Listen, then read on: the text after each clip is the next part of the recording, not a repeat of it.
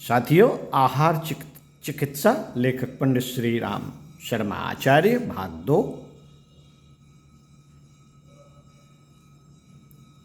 पढ़कर सुनाते हैं। विटामिनों की दृष्टि से हरे शाक तथा फल आदि ही स्वास्थ्य के लिए आवश्यक एवं उपयुक्त आहार है।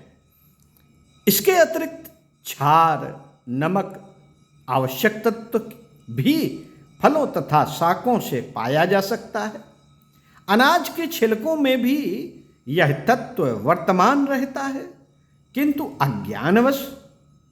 अज्ञानवश मनुष्य अधिकतर अनाजों को छील पीस कर यह तत्व नष्ट कर देते हैं। कहना ना होगा कि प्रकृति जिस रूप में फलों, शाकों तथा अनाजों को पैदा और पकाया करती है, उसी रूप में ही वे मनुष्य के वास्तविक आहार हैं। उनको अतिरिक्त पकाने अथवा उनमें नमक, शक्कर आदि मिलाने की आवश्यकता नहीं है, किंतु मनुष्य का स्वभाव इतना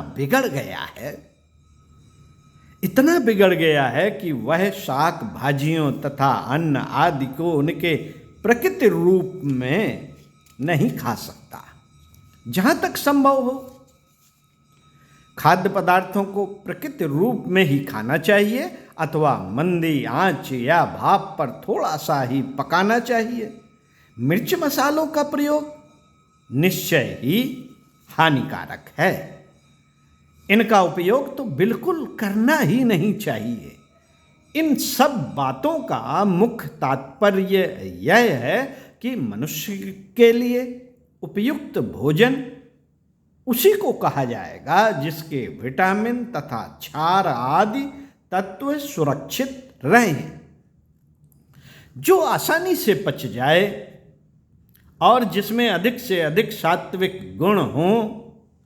फल, शाक, मेवा, दूध आदि ही ऐसे पदार्थ हैं जो मनुष्य के लिए स्वास्थ्यवर्धक आहार हैं।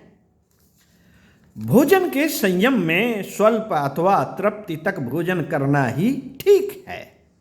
अधिक भोजन से मनुष्य में आलस्य, प्रमाद, शिथिलता आदि ऐसी आसुरी दोष आ जाते हैं जिनसे न तो वह परिश्रमी रह पाता है और न सात्विक स्वभाव का। असात्विकता अथवा असुरता मनुष्य को पतन की ओर ही ले जाती है। काम, क्रोध आदि विचारों की प्रबलता भी असंयमित एवं अत्युक्त आहार करने से ही होती है। यदि शरीर सब तरह से स्वस्थ एवं शुद्ध है तो मनुष्य का मन निश्चय ही सात्विक रहेगा। सात्विक मन एवं स्वस्थ शरीर के संपर्क से आत्मा का प्रसन्न तथा प्रमुदित रहना निश्चित है, जो कि एक दैवीय लक्षण है जिसे भोजन के माध्यम से मनुष्य को प्राप्त करने का प्रयास करना ही चाहिए। साथियों, शरीर आहार से बनता है, यह एक सुविदित तथ्य है। मन को भी 11वीं इंद्री कहा गया है। इस प्रकार मन भी शरीर का ही एक भाग हुआ। इस प्रकार आहार का स्तर जैसा भी होगा, शरीरगत स्वास्थ्य एवं संतुलन भी उससे प्रभावित होगा।